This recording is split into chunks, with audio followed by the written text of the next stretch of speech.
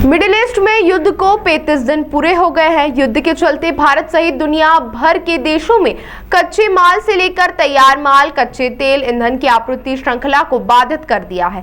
इस युद्ध के कारण इंदौर के व्यापार और उद्योग जगत पर असर पड़ना शुरू हो गया है। कच्चे माल की कमी और लॉजिस्टिक लागत के बढ़ने से फार्मा, केबल, प्लास्टिक, लोहा, सीमेंट, रसायनों, टेक्सटाइल सहित अन्य प्रमुख सेक्टर प्रभावित है।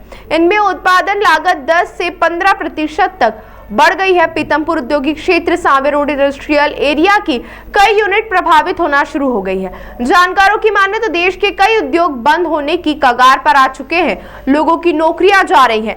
गैस और पेट्रोल की किल्लत ऐसी ही चलती रही तो आने वाले दिनों में आम लोग खासे प्रभावित होंगे। साथ ही अगर युद्ध आज खत्म भी हो जाए तो इसका असर लंबे समय तक देश पर रहेगा। उम्मीद है कि भारत इस मुश्किल के समय को बेहतर तरीके से पार कर लेगा। देखिए, मुद्दे शुरू से अगर हम चलें तो अमेरिका ने सोचा था कि 6-7 दिन में वो ईरान को ख़त्म कर देंगे और कोई बहुत असर दुनिया पर नहीं होगा। लेकिन एक तो उनका ये सोच बिल्कुल गलत निकला। दूसरा, अमेरिका ने ये सोचा था कि ईरान का जो लीडरशिप है वो खाली खमानी को ख़त्म करने से उनकी लीडरशिप ख़त्म हो जाएगी, पर वो भी नहीं हुआ। उनके यहाँ इतना संगठन मजबूत है कि एक जाता है उसके 10 मिनट में दूसरा आदमी तैयार हो जाता है। ऐसा नहीं कि अरे अब ये चला गया तो क्या करेंगे, कौन बनेगा, या लड़ाई झगड़े हो रहे हैं कुर्सी के लिए, ऐसा बिल्कुल नहीं हुआ। इसलिए ये लड़ाई इतने दिन खींची है और अभी भी ऐसा लगता नहीं है कि ये बहुत जल्दी ख़त्म होगी। हालांकि ट्रंप अब बैकफुट पे आ गया है। जो सबसे बड़ा नुकसान हुआ है सारी दुनिया का, केवल भारत का ही नहीं, वो हुआ हॉर्मुज की जो खाड़ी है उसको बंद करने के कारण हमको बहुत सारा माल नहीं मिल रहा है जो मिडिल ईस्ट से या उसके ऊपर से आता था, यूरोप से, रूस से।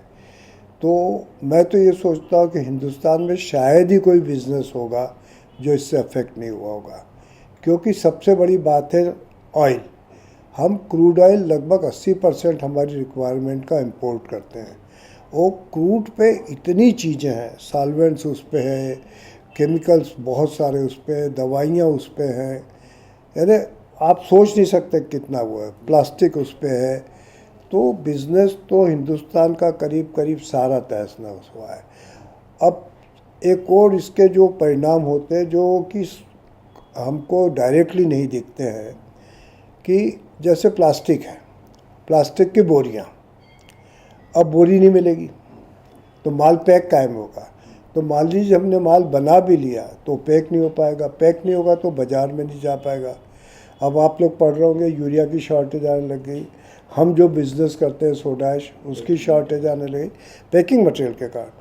छोटे छोटे लोग डिटर्जेंट वाले या नमकीन वाले, इनको जो प्लास्टिक की थैलियाँ हैं वो ख़त्म।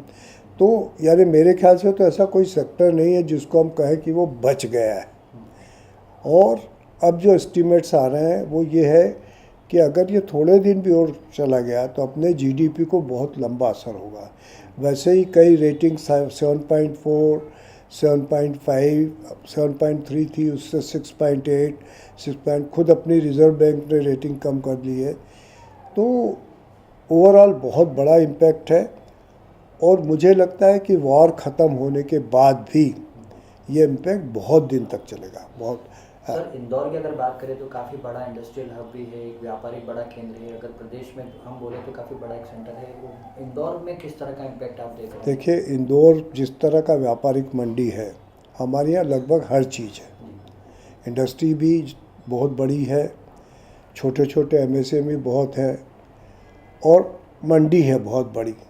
तो ये तो इंदौर का भी जिस तरह हिंदुस्तान का हो रहा, उस तरह इंदौर का भी कोई ही सेक्टर शायद बाकी रहेगा जिस पे असर नहीं आएगा।